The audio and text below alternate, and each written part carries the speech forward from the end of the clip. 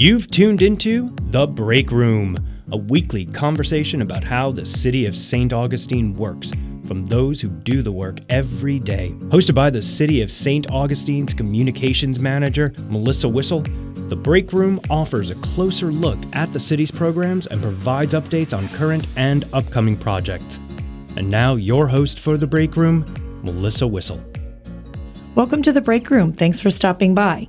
I'm Melissa Wissel, Communications Manager for the City of St. Augustine.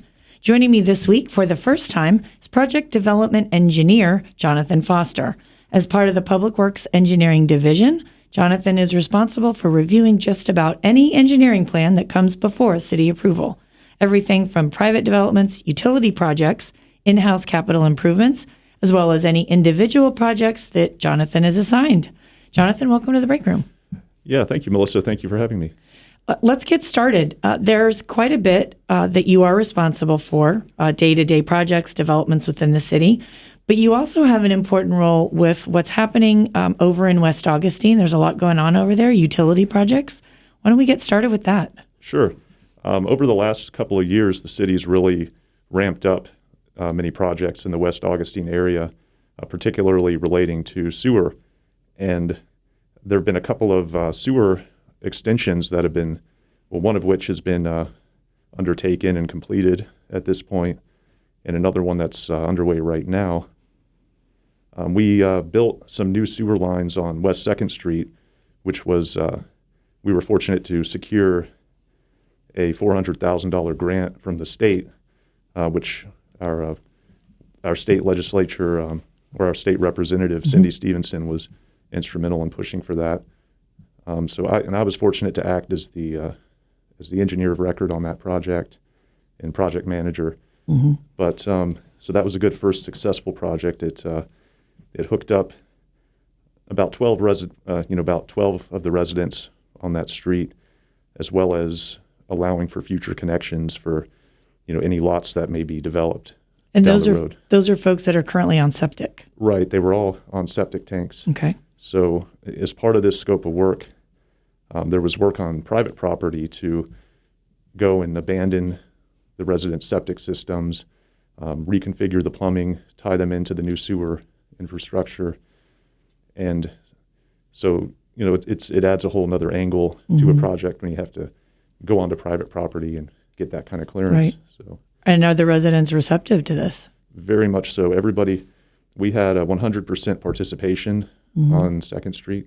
Great. Everybody was very enthusiastic about this project. Do you have to, it just popped into my head, do you have to get permission if someone said no, then they don't do it? Or how does that work? That's correct. If somebody didn't want to tie in, they would not be obligated immediately. Ultimately, if their septic system failed in the future, they would then be required to tie in. Okay. But most people realize that that's quite expensive. The process of doing all that work and perhaps having to pay connection fees in the future that you wouldn't have to pay now. And so most people are very, very accepting of and pretty receptive. Happy to get off their septic tank. Absolutely. Right. Very good. And Cindy Stevenson, Representative Stevenson, is always a big champion of these projects. Right. She's been very helpful with pushing for this funding, and not just for 2nd Street, but then of course with the next project that came along, and that would be West 5th Street, and she pushed for a $350,000 grant that went through the legislature, and we've started that project.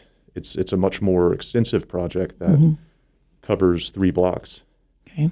And we've finished the first block of it so far, and we're right now, as we speak, tying the residents in to that new infrastructure on the block. Ultimately, there's 2 more blocks that we have to do, and we've started milling the asphalt right now. We've actually set our first structure, so we broke ground this week to extend. And yeah, these aren't quick overnight, pull up a manhole cover and do a little bit of work and then close the cover up and you're on your way. This is major. Absolutely. It's very disruptive to, you're talking about digging a 8-foot deep trench, down the middle of the road, and you have to coordinate with all the residents to find alternate parking arrangements. And, everybody's been very patient in dealing with this, excuse our mess sort of situation.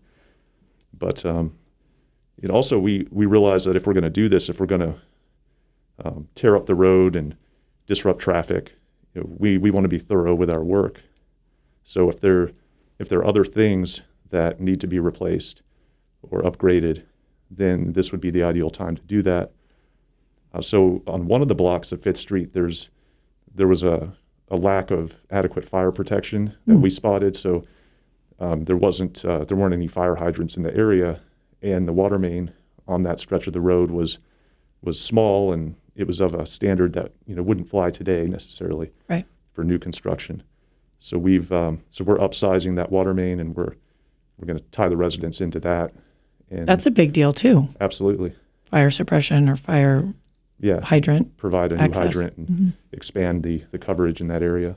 Great. So all in all, there's a huge benefit to the residents, to the community, gets them into the mainstream of, no pun intended, of sewer flow, if you will. Yeah, it's very instrumental in removing these septic systems, and we all know about the environmental implications of that. And gravity sewer, it's a very expensive undertaking, but over the long course of time, it does pay for itself. It does eventually break even, but then of course the environmental benefits are above and beyond all that. Right. So. If you're just now tuning in, you're listening to The Break Room. I'm Melissa Wissel, Communications Manager for the City of St. Augustine. And today we're speaking with Jonathan Foster, from the Public Works Engineering Division. Jonathan is a project development engineer, and we are talking about some of the sewer projects going on in West Augustine. What else can you tell us about the programs, the project, how we're helping West Augustine? Well, we've over the last 2 years, we started what's called the mini grant program, where we have had some sewer infrastructure up and down Duval and St. John streets that was put in approximately 10 years ago, and there weren't a lot of connections to it initially, and it's a very costly process if somebody wants to make that change. So we decided that we would have a program to help tie residents in to that existing infrastructure. So those people who lived up and down Duval and St. John Street were eligible, and so far we've abandoned 57 septic systems up and down those streets and connected the residents. And it's been on-site work on private property. So getting the clearances from all those residents, and we've been using our continuing service contractor to do that work, and also subbing out, with plumbers and getting all the necessary permitting with the county, because this is out in the county. Right. But that's we've been doing this in phases, about 10 to 15 houses at a time for each mobilization. So we've done about 4 phases so far, and right now we're looking to get the next phase underway. And also initially we were focusing on Duval and St. John's, but the City Commission approved additional funding and means to expand outside of that area and look for other opportunities where we might have people living adjacent to sewer infrastructure who are not currently hooked up to it. And so we're piecing together more phases. So if I'm a resident in West Augustine and I'm hearing you speak about this and I live on that street, but I don't know what you're talking about, or I haven't done it yet, or I've heard about it, can I apply? Or how does that funding help me? You would, it would be best to reach out to us. The number is 825-1040. Okay. And you can call and inquire about the septic to sewer program in West Augustine and whether you're eligible or not. Basically, it applies to if gravity sewer is adjacent to your property. But to make it clear, the work is funded by the project, so all the on-site work is completely taken care of. Okay. So I don't have any cost if I'm the resident and I qualify. That's correct. There'd be no upfront cost. There would be a sewer charge that would show up on the water bill. Sure. So that would be So I've gone from septic to sewer, so now I'm paying into my utility bill. right. Okay. That's correct.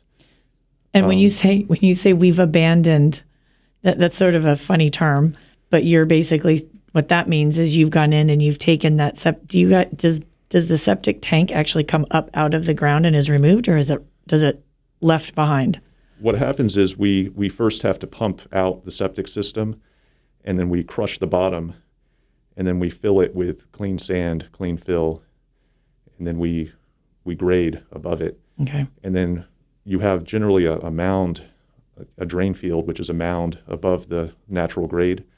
We will remove that and haul that away, and then we'll put any new fill that's necessary, and then we'll put some grass seed and hay and basically restore the yard. And then So I don't have a big lump in my yard now. It's Right. flat. right, exactly, you would get your yard back. That's a great motivator right there, I would think. Absolutely, it is. And then anything that happens incidentally to the work, in many cases, we'd have to take out a fence, or we might have to trench some piping across a driveway. But we ultimately would restore whatever we have to tear out. Put it back the way you found it. Yes. Great.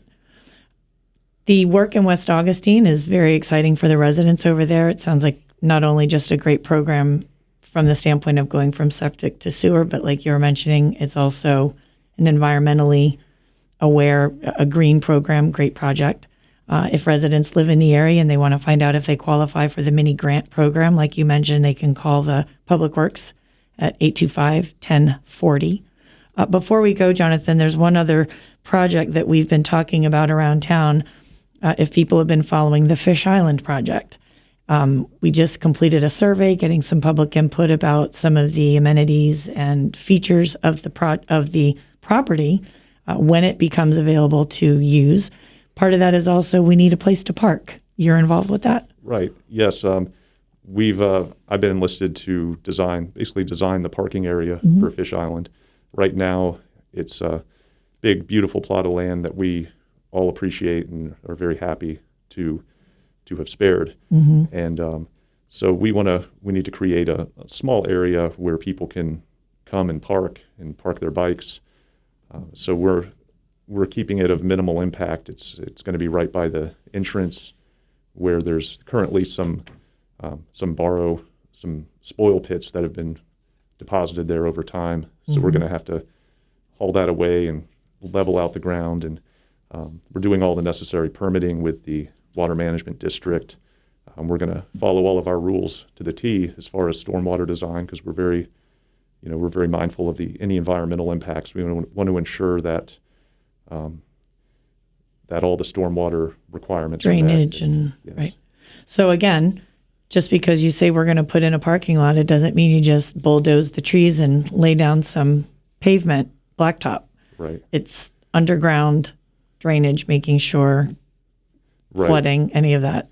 Right. We're going to make a gravel parking lot, Okay. which would result in considerably less runoff. But then we're also going to grade it in such a way that we channel it towards a swale that would catch any excess runoff and provide the treatment. Great. Lots of great activities. You're quite a busy engineer for the city. Absolutely. In the city, it provides so many opportunities to get involved with just about everything. And I'm sure you see everything too before anybody else even knows it's coming. You can see what's coming for the city. Right. That's wonderful. Well, Jonathan, we appreciate you stopping by today, in particular talking about West Augustine. I know that there's a lot more with what you do for the city, so we'll have you come back and talk to us and tell us about some of those other responsibilities. I look forward to it, and I appreciate you having me on. Absolutely. As we wrap up another edition of The Break Room, I hope we answered your questions. If we didn't, take a minute and drop us an email at info@citysainaug.com. We want to keep you informed about what's happening in and around the city, and most importantly, that you hear it here from the people doing the work and making it happen every day. Remember that in order to stay connected, you need to be connected. Be sure to like us and follow us on any of our social media platforms. You'll find us on Facebook, Twitter, and Instagram at City St. Aug. Thanks for tuning in. Until next time. You've been listening to The Break Room, a weekly program about projects and programs offered by the City of St. Augustine. We hope you'll join us each week as host Melissa Whistle and her guests have a conversation that helps you better understand how our city works to meet the needs of our community. See you next time on The Break Room.